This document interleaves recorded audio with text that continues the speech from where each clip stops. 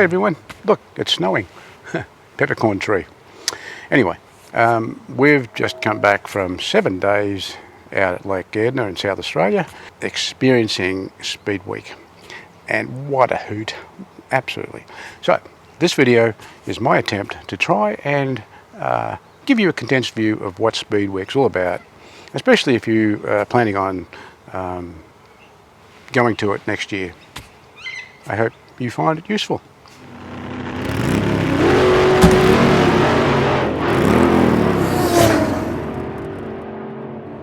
So you pack your bags, your equipment and vehicles and head off. In our case we left from Melbourne, but you could travel from anywhere in the world to this place in South Australia called Lake Gairdner.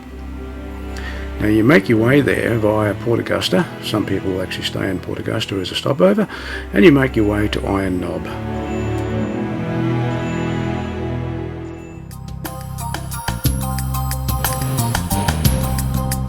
Take note, once you leave Iron Knob, there are no communications whatsoever other than CB radios.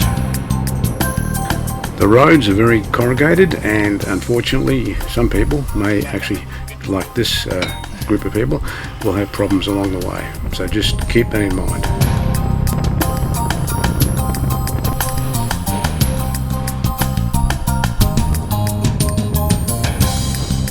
So after about 130 k's of driving, you actually arrive at Mount Ive station.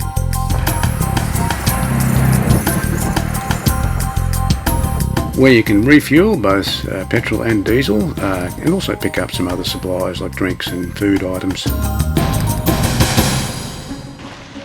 There are also caravan and camping situations at Mount Ive station, but as you'll see in a minute, there are a number of options available.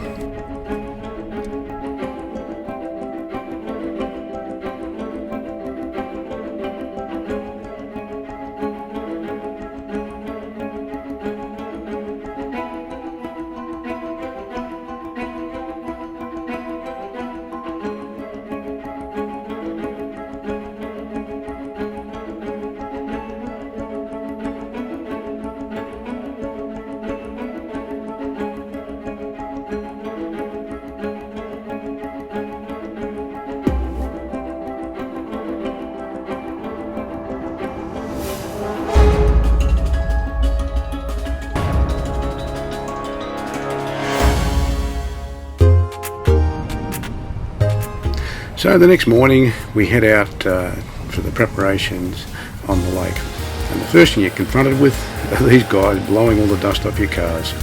Then you must go down to the caravan just before you enter and pay all your entrance and camping fees.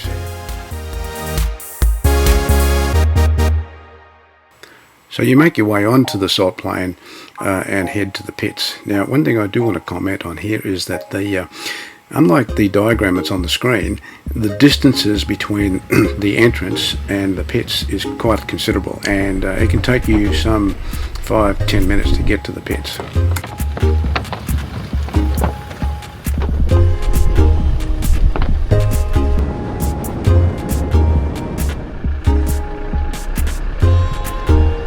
So once you arrive, you find a location and set up your pit. Then head up to register, and on the way take note of where the food van is. Very important, great for lunches. The driver's briefing brief, everyone's on the same page, everyone knows them. And you take yourself and your vehicle over to scrutineering and get that all sorted out, and once you pass that, we head off back to the pits. Then later in the day there is a riders briefing where they have a very large meeting for everyone, and then later on they take all the riders down to different locations and explain all the different functions and what happens.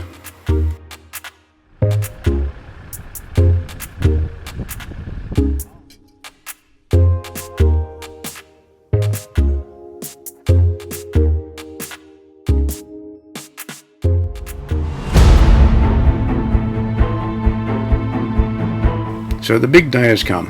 You make your way down to the pits, get your equipment ready and your vehicles ready, and then eventually you make your way down to the staging area. Now the staging area is very important.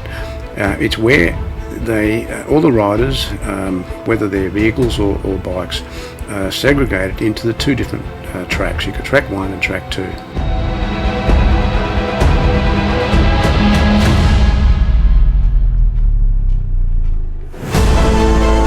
You are then released in groups with your support vehicles and head down to the start, depending on which track you're on.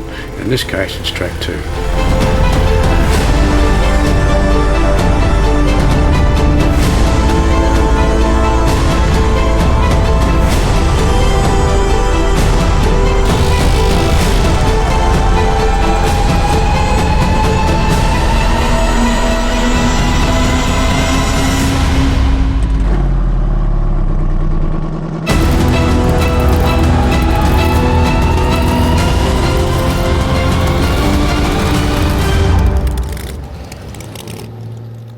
So riders on both tracks get a go and then return via the return routes back to the pits.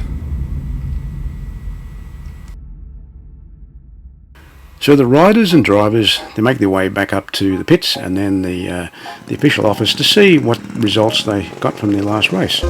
Then they come back through the staging areas, back down to the tracks and try again, and then again and again for as long as they want, obviously till the end of the day.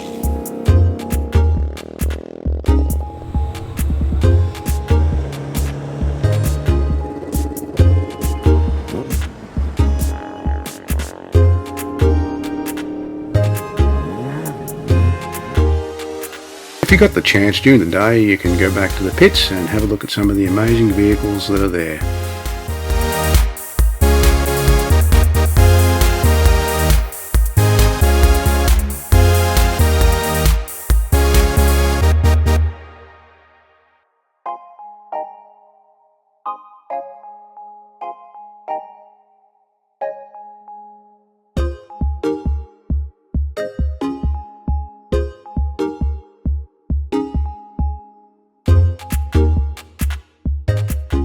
It's a good opportunity while you're there to communicate with other riders and drivers, and as well as spectators. There's lots of amazing people to communicate with. So as you can see, this is one hell of an incredible event. I've never experienced anything like it before. There are vehicles of all types. There are bikes, cars, trucks, and in the bike categories there's so many different types, it's not funny. There you have it. Something that I've never experienced before.